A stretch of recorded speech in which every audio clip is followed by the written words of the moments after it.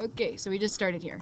Mendel. Okay, and then he can control which ones are crossed. And when I mean crossed, I mean they reproduce. He's choosing the sperm or the pollen from one and the ovary or the inside plant from another, and that's why he can control those crossings. So what he did is he had to take a little teeny weeny paintbrush. You can see from this picture. Take the paintbrush. So these little the things that are sticking out the flower, they're called the pistils, and they're actually the parts that produce they're called the anthers. They're the parts that can produce the pollen. They cut that off. They take a little bit of the pollen and they put it into the middle part of the flower, and then that's going to be traveling down to this knot in the bottom. This knot down here is that plant ovary I was talking to you about. So that's how you can control what's crossed there. Moving on. Thumbs up, yeah? Going with it. Okay. All right, so what was he looking for? He chose the pea plants because they're phenotypes. Their phenotypes are their traits, okay? So he did not call them phenotypes yet, but that's what we're talking about. Physical traits. He chose pea plants because they have very distinguishing physical traits. The 7 that he looked at were, so just put physical traits, were shape, so seed shape, color, flower color, where the flower was on the plant was on the end or on the middle, the color of the pea pod, the shape of it, and I'll show you some other examples, in the height. So you can just put, he looked at 7 traits and maybe give like 2 examples. So my favorites are plant height, because you can definitely tell if a plant is short or tall. And you can definitely tell the color of the plant. That's really easy, or the flower. So those are my 2 favorite tricks to talk about. So you can easily see those. Now, he also made sure that his experiment was very, very well controlled, and he didn't have too many crazy variables changing around, because then it's really hard to figure out what's causing what. Like, if I fed everybody 18 different types of cereal to see which one made you think harder for a test, and then I did it again in a different class, but I gave different people, it's when you're changing too many variables, sometimes it's hard. So he chose plants that would be true breeders, okay? True breeding means, right here, know what the term true breeding means. It means that whenever they cross or reproduce, all the offspring had that exact same trait that they were looking for. So all the offspring had the same trait. It may have been like the same color of the flower, or the same height, or whatever you're looking for.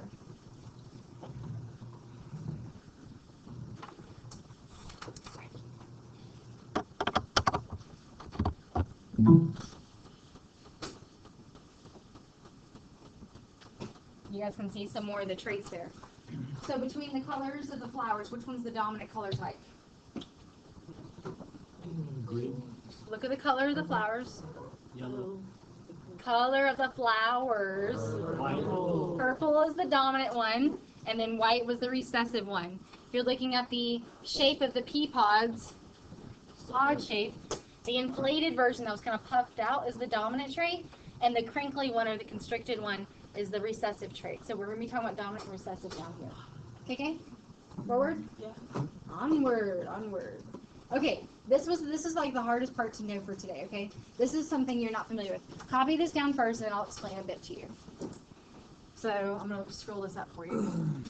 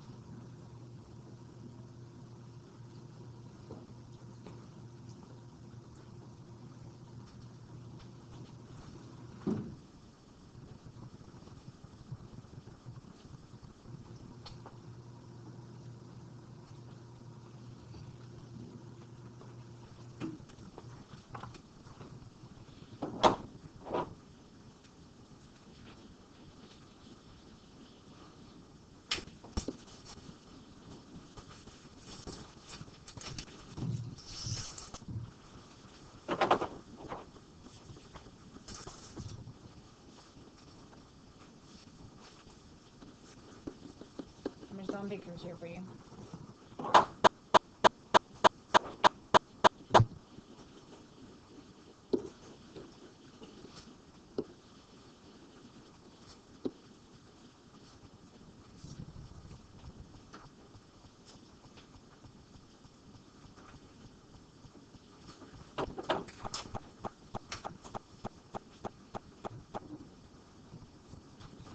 These are arrows.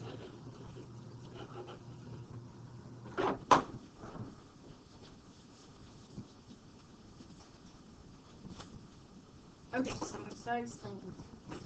What Mendel did was he really wanted to see how traits transferred between one generation and the next, and then the next generation and the next, and he wanted to see the progression of the traits through. Because he felt like if he just reproduced once, that wouldn't be as telling about how the traits were transferred. So he wanted to see, like, for example, if my great-grandfather had red hair, and then all of a sudden I had a baby and had red hair, but nobody in between had red hair, it may have been a recessive allele that came through, and it just kind of, it disappeared for a while because it was hidden by all the dominant traits, but then it came back because of some other recombination. So you wanted to see how that changed over time. So the very first generation, that's the parents that are reproducing together, those pea plants that are parents, are called P1 generation. That's easy because P means parent. That's pretty easy, okay? Those are the ones that are going to be true breeding because they're going to make all the same type of babies. But they have to have opposite traits. So what I've drawn here is a white flower and a red flower. Okay, that's P1 and P1, so they're coming together. They're making the F1 generation. The F1 generation are all what color? White flowers. Okay, so that's the true breeding thing that he was talking about. So the F1 generation is they're the offspring of the P1. So the parents make these F1 offspring. Then the F1 offspring do this thing called self-pollination. So, I'm going to call this one 1 and this one 2. The 2 or self-pollinate. Let's just stick with one of them actually. This F1 flower that I've made here will take its own pollen and its own egg or ovary, and it will self-pollinate itself. That's called, like itself can self-pollinate itself. It just takes its own pollen and puts it on its own ovaries. That's going to make the F2 generation. So that's going to make something like maybe all the same flower, but maybe it makes one of them that's red. So you can discover different things based on how often the traits appear in different generations. You just have to know F2 is the offspring of F1. Okay? Just terminology stuff. Okay. Do not write all this down. I'll tell you what to write down. His conclusions from his experiments are very important for us, and that's why we have to talk about him a little bit more. So just listen for a second. His conclusions were, the first trait seemed to disappear in the second generation. But then all of a sudden it came back in the third generation. So did it really ever disappear? No, it was hidden by another dominant gene that made it kind of go in the background. Okay, so in this one, short pea plant, tall pea plant. What happened in F1? All tall, right? So which trait disappeared? The short one disappeared. Apparently it disappeared, right? So he said, all right, this must be true. There must be something that hides another one, or two things that are working together to show the final trait. So what I want you to write down is concluded that there must be two factors or genes working together. Let's just stick with that. Mendel concluded there must be two factors or genes working together. And we knew that because we're like, duh, one chromosome comes from mom, one chromosome comes from dad. Sometimes you see them both, sometimes you see only one. We know that there are two things coming together. But he didn't know back in the day. They didn't have the same technology we have today.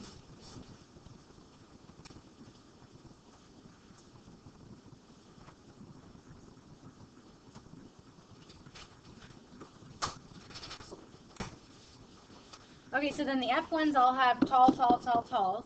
So then what do you know is going to reappear in the F2 generation? Short. Right, and so you can see that here. We have tall, tall, tall, and then this little bitty one that's short again. So again, that's going to be reappearing. Yes, ma'am? Like my mom, she has blue eyes. But she said that her like not her dad's dad, but his dad's. Great, great, great. Yeah, but like she said that he said like third generation is gonna have blue eyes. Yeah, that's Like, almost like that. Not my kids, my kids' kids Yeah. gonna have blue eyes. And that's, I mean, that's like they say twins are every other generation. Like if you have twins in your family, it's because it's sometimes a recessive gene, and the blue eyes is definitely a recessive gene. And so it just is hidden by a more common dominant gene, and it comes back. So it's just a recombination of genes. Okay, now this is a big picture, and I like this picture because it really gives a good description of what the heck I'm talking about. What's a gene versus an allele versus the genome versus a chromosome. Because we messed up a little bit on this with the meiosis-mitosis test, which I'll give back today. So I really want to make sure we're clear on this. So draw this, and then write down these definitions. I'm going to give you guys a second there, and I'll scroll up a little bit here too. So I want you to draw your cell membrane in the yellow, and I want you to draw the nucleus in the middle. Because we've got to know what is what here. Because it's sometimes hard to talk to you guys about it if we don't know what I'm talking about.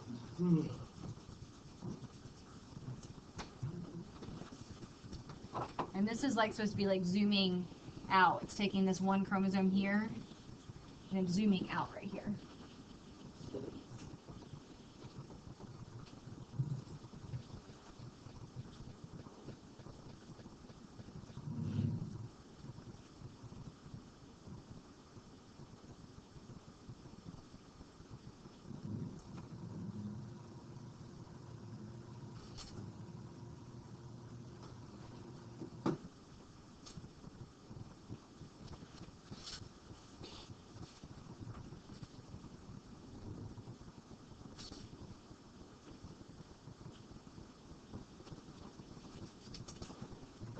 Right, you're drawing in also labeling the parts that are here in green. So when you're starting on the like macroscopic side, the genome is all your genetic material or information. So the genome is inside the nucleus. All of your DNA, all of your cells have exactly the same DNA. Even though some of them are hair cells, and some of them are stomach cells, and some of them are toe cells, and you know, every other cell you can think of in your body, they all have exactly the same DNA in their cells, in their nucleus. It's just some of it's used and some of it's not used, but it's still there.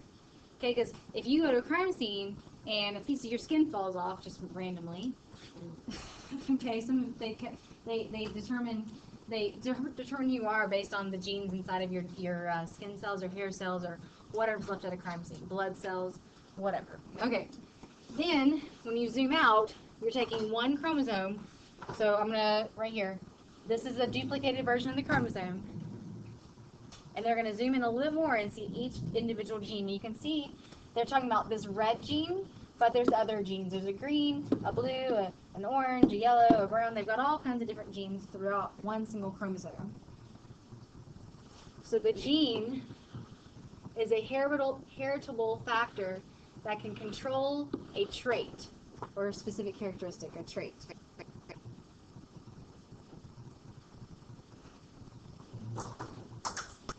And then we get even more specific and we say a gene can come in two varieties. The varieties are called alleles. You can have allele number 1 as the gene, or you can have allele number 2 as the gene. It's just a variation of that gene. So it might be a gene for eye color, where your mom's going to give you the gene for blue eyes, and your dad's going to give you the gene for brown eyes, and the brown eyes will most likely win there. And so the allele definition here is a little specific, but I just have here specific forms of a gene that's going to be different based on which one we're inheriting. I'll give you one more minute there to write down everything you need.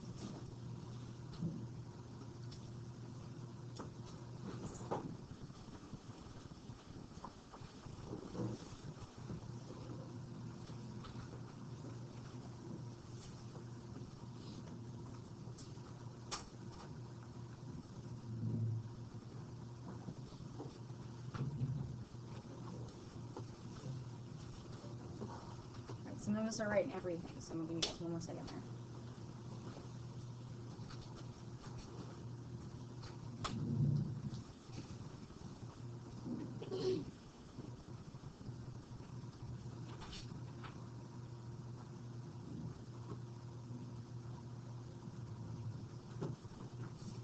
I will come back to this when I need to. I'm going to keep going because I see the majority of this was done here. Okay, now, dominant trait and recessive trait. They were on your vocabulary, yes? Yes, they were. If you wrote them down earlier, you can write down whatever you want to here. At least know the capital letter versus lowercase letter. So from Mendel's work, we said, okay, these two genes that are working together, there are two varieties of them. There's a dominant gene, which is the dominant allele, and there's a recessive allele, or recessive gene. The way that we talk about the dominant gene is we always capitalize, like, for example, if the gene was, I'm going to call it the gene J, the capital J would represent the dominant gene, or the dominant allele, and the recessive way of writing that gene J that I'm talking about would be writing as lowercase letter. That you should be familiar with. What you may not be familiar with is the fact that if the dominant trait is there, we must see it. It will appear if it's there. So if I have two genes together, J, J like this, the dominant phenotype is, the trait is definitely going to be seen because that dominant gene is there, so it's got to be. But what if I had this? Is the dominant gene there? Look at this. I've got a capital J and a lowercase j. Yep. So that dominant gene is still there, so I'm going to see the dominant trait. But what if I had little j, little j? No. No. I would see the recessive trait because there's no dominant gene there to cover it up. So if it's a capital J and a lowercase j, I'm making dominant, right? In this case, yes. And this is just the beginning of Gen X. There's things that are going to be a little bit of exceptions later on, but I want you to know at least that. Okay, so the recessive trait only appears when there's no dominant gene. Thumbs up if you're good with those first two definitions. You're writing down what you need to there.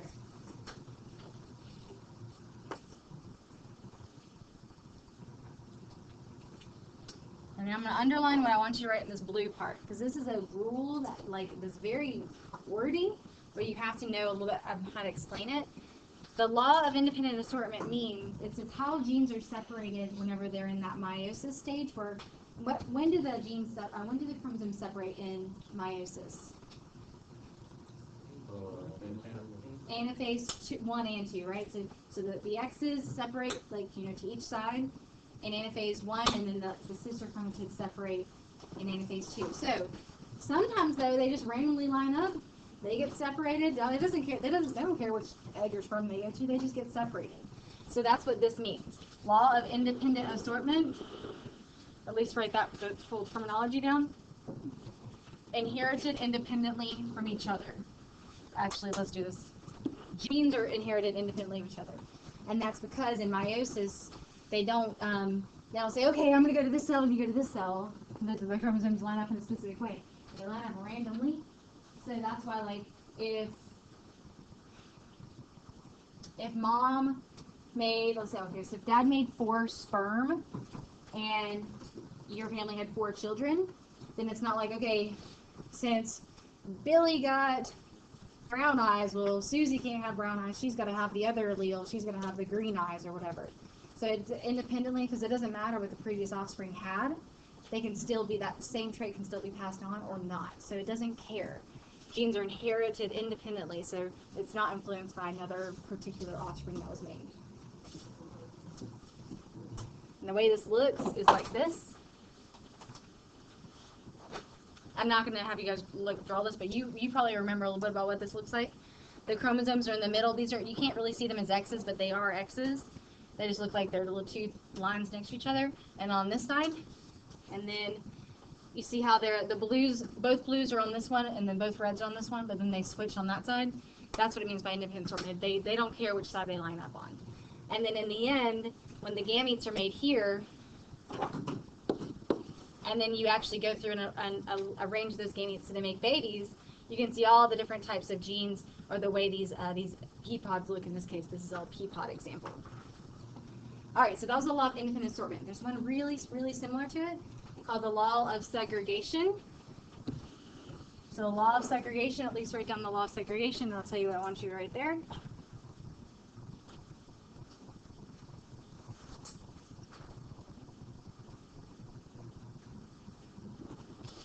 Let's shorten this up. Let's say alleles are separated in meiosis, but inherited in gametes. I have always say, but in each gamete. So in the end, whenever you get 2 gametes, which makes you a zygote, you end up getting 2 alleles because you get one from the egg and one from the sperm. So these are just 2 laws. They're really, really close to each other, like the way their definitions are. It's just we have to know the difference between them. So law of segregation, alleles are separated or segregated is how it's termed.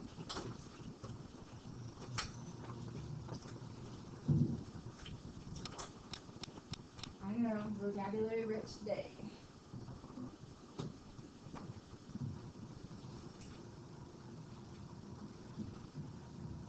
Alright, give you guys one more second there, sorry.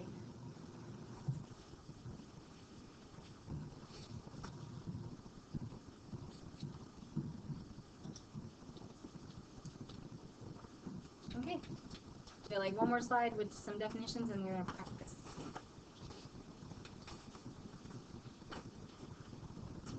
Alright, what did I just tell you phenotype meant? What was the simple way of saying it?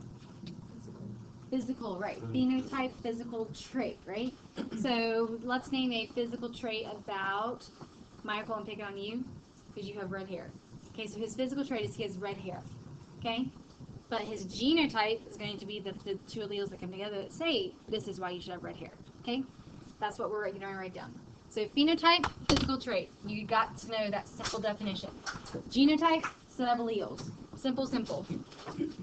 Check, check. You need to definitely know those and be able to repeat it a million times.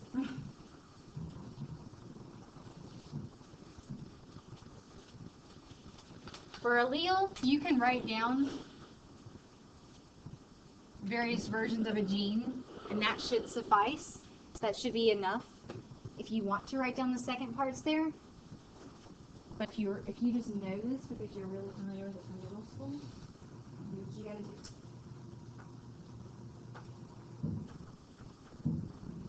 I made this slide huge so I didn't have a hard time to do it. I think like people set us up.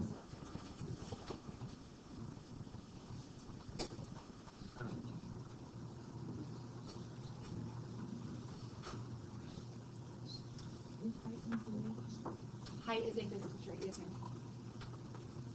Okay, so your alleles can either be dominant alleles or recessive alleles. And those are what we're going to practice with here now. So what was my allele that I used earlier? What letter was it? J, right. So I can either get a capital J or a lowercase j. Those are my 2 versions of this particular allele. Now, if I'm trying to describe a genotype, I don't want to say big J, little j. That just sounds dumb. Okay? So the way you say it is heterozygous. The way that works is because genotypes come in a couple of varieties. If it's homozygous, what does homo mean? Same. That means you get the same alleles. So my genotype, this is a way to describe genotype, would be big J, big J. So I would just say homozygous, just to show that I'm the same allele.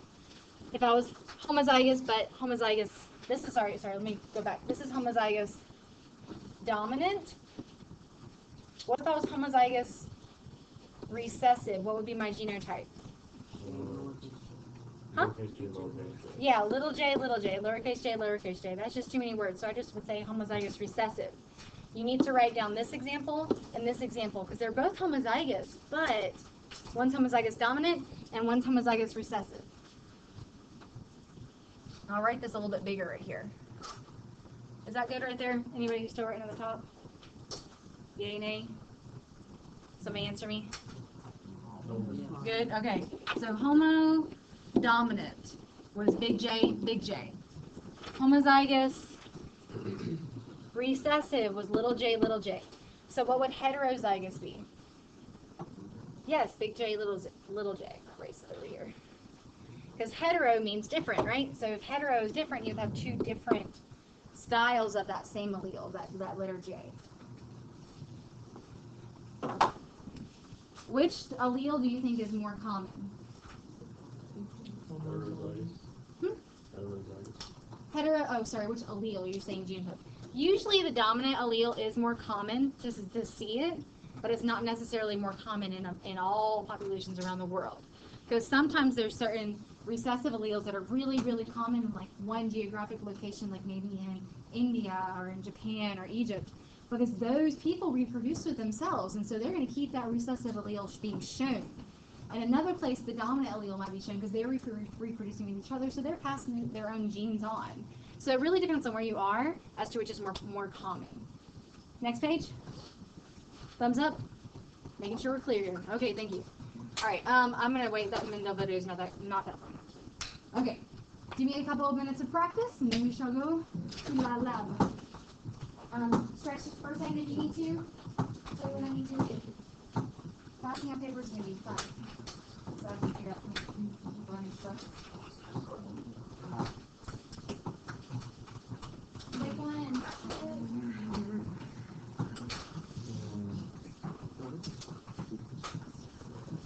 If you can read the instructions and go ahead and try, I'll do some samples. But if you can read the 1 through 32, that's on you. 1, 2, 3. They'll take about 2 seconds each. They're really quite easy. If you don't mind.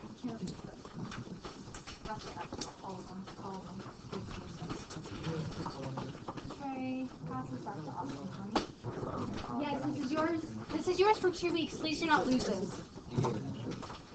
I didn't get it. I know. I just have to remind people because some people don't remember what we were 3 years ago. 3 years ago? Yeah. Okay. All right, so here, I'm going to do a quick example, and then I will move on. Yes, ma'am. Okay, I'm going to do a couple examples and move on if you need to. Whenever you're looking at practicing, or whenever you're looking at different alleles, you want to look at the letter style. It's capital or it's lowercase. I'll wait on you. I know some people just in 7th grade, but I still have to remind everybody because it's been 3 years and I can't guarantee you know it. Some of you, yes, some of you know. Okay, so if you're looking, you want to tell me if it's heterozygous or homozygous. Looking at the first 2 letters, you see it's same, so homozygous, dominant, or recessive? Dominant. So just put homodom. That's the shortest way you can write that.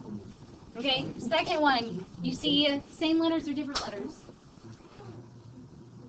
Different. So that's heterozygous, period. You can put heterozygous dominant if you want, but heterozygous is the same as heterozygous dominant. Let me find one. Tell me the first one you see that's homozygous recessive. 6 is the first one that's homozygous recessive. Because that's the same little letters, little f, but it's their little letters, so they're recessive. Okay, so this, I said this should take you no more than like 5 or 6 minutes. Go through 1 through 32. When you get through 16, I'll do some more. If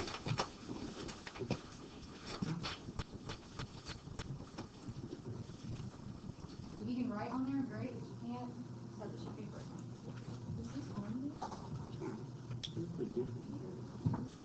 Oh, yeah.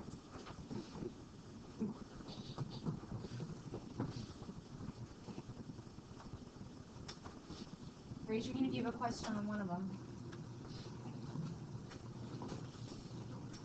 Okay.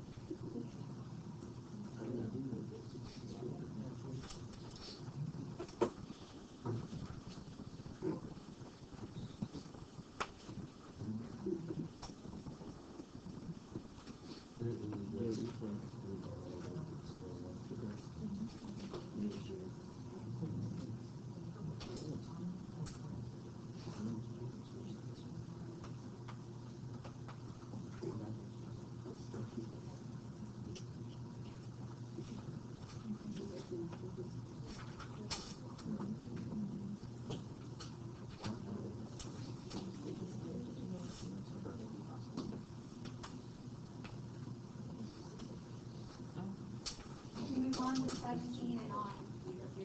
If you're done, what do you do? Guys, if you look at the instructions on the board and see what I'm doing, you can probably figure out which side worksheet you're on. If you're doing the wrong side, then you're behind. Ah. All right, I'm gonna go through. 3. What'd you guys get? Hetero recessive. Hetero. Good. Next one. 4. Homo. Homodom. Okay, we're going fast. 5. Hetero. Hetero. 6. We already said homo recessive. 7. Hetero. 8. Homo. Homo what? Dominant. Right. 9. Hetero. 10. Hetero. 11. Homo. Homo what? Recessive. Thank you. 12. Homo. Homo. Dom. 13. Hetero. 14. Homo. Homo what? Recessive. Recessive because they're little letters. 15. Homo. Homo recessive because little letters. 16. Hetero. Okay. Let's talk about, these are all genotypes. So seeing the letters and labeling if it's hetero or homo, that's a genotype. If you're talking about phenotypes, you have to actually list the color trait or height trait or whatever the description is. It's a description, it's not letters. So in this case, they're giving you letters and they want to know which phenotype fits it based on this description. Purple flowers are dominant to white flowers. So what would I have to have in my genotype to be a purple flower? At least one capital P, right? And what would I have to be a white flower? Right, 2 lowercase p's. Okay, the first one are 2 capital P's. So which color? Oh, It is I thought purple. you had to put No, this one you're listing the physical description of the trait. That's why it's a little different. You're going from genotype to phenotype here. So this one you see 1 capital letter. So which trait? It's the dominant trait, which is the purple color. Good. This one you see 2 lowercase letters. Right, it's just the recessive trait, which is the white color. You see how this works? Yeah. Okay, go through and do 25 or 23 through 20. What we got? Or 28? Yes, 17 and 28. And if you can, go through 32 by reading instructions, do so. If you can. Huh? 26, 27, 28. What do we put if it's the dominant trait? So bobtails and cats, you know what a bobtail is? It's a little short tail. Long tail. So a bobtail is the recessive trait, a long tail is the dominant trait. It doesn't give you an option there. I know for longer than short. Well, when you get to 26, it says bobtails and cats are recessive. So if it's recessive, it would have to be what genotype? Low. Yeah, low. So that's how you. So you just put BT. No, you're gonna list the physical trait, the description. Yeah, bobtail or long tail. And you said when you put aside, we can go to 20. Yep. Keep going through 32 all the way.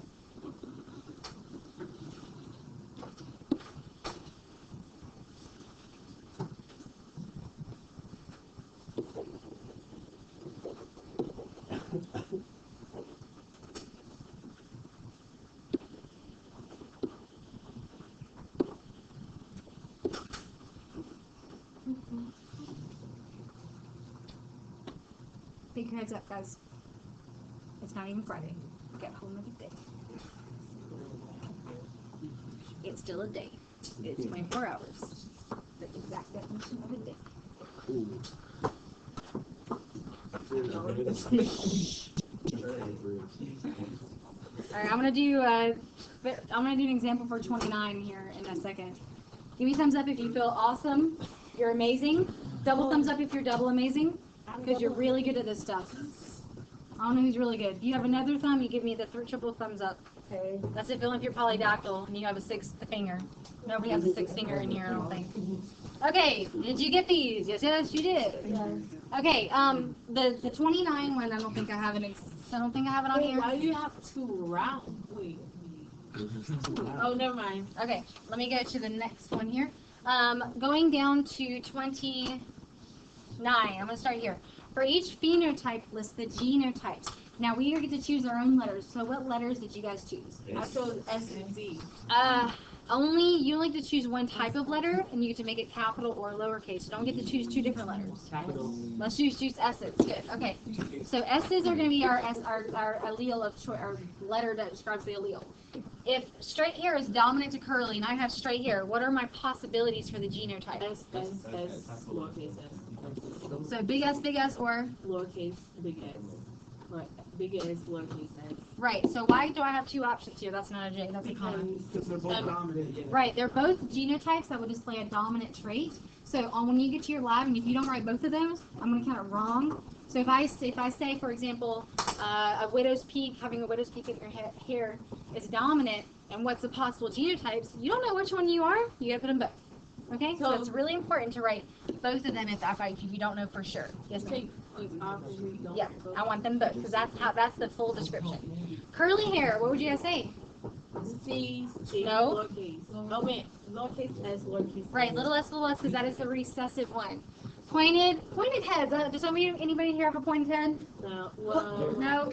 Okay. Pointed heads, okay. So pointed head would be, what letters did you guys want to use for pointed heads versus round heads? P. P's? Okay, let's do P's.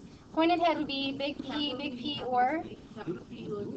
okay, and then round head, Lowercase p, lowercase p. good. Okay, I'll do Punnett squares when you guys come back. Let me tell you what I need you to do. Alright, your lab today is based on determination of genotypes and phenotypes from humans, and you were looking at about 10 traits. The first one is PTC tasting. I have some PTC tasting paper. It's a bitter taste. You don't have to try it, but I want you to at least try to determine what your phenotype is if you can. You don't have to. But I'm going to check your vocabulary foldable, and if I come to your desk and it's not done, then you're going to come back from the lab. Okay? So if it's not done, I'm going to make you start on for 10 minutes, and then maybe I'll let you go to the lab. So don't get up unless you get your foldable done. Okay? I need you to do your homework because it's very good for you. So this one is one that you just need a partner for. You need paper, and we're good, okay? You need paper? I'm going to put these in the back. If you have your foldable done, you can choose a partner and you can begin this. I have to get my own. Wait, I need Miss Emlo. I lost it. If you don't foldable, get up and come back here and do it. Miss Emlo. One thing, have all of you not been here foldable? I did both have on a sheet. You're both have. I said you put it in a foldable or you can put it on a I'm here to go. I really know.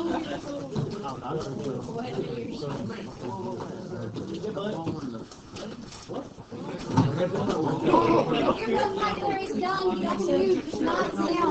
Well, that's what it is. It's done right now. The sooner you get it done, you can go back and do it. What's up?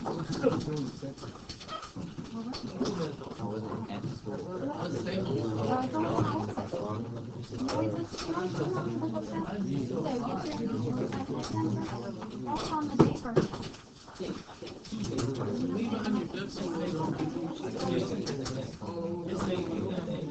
The next day we were in the plan test. Did you take the mitosis test?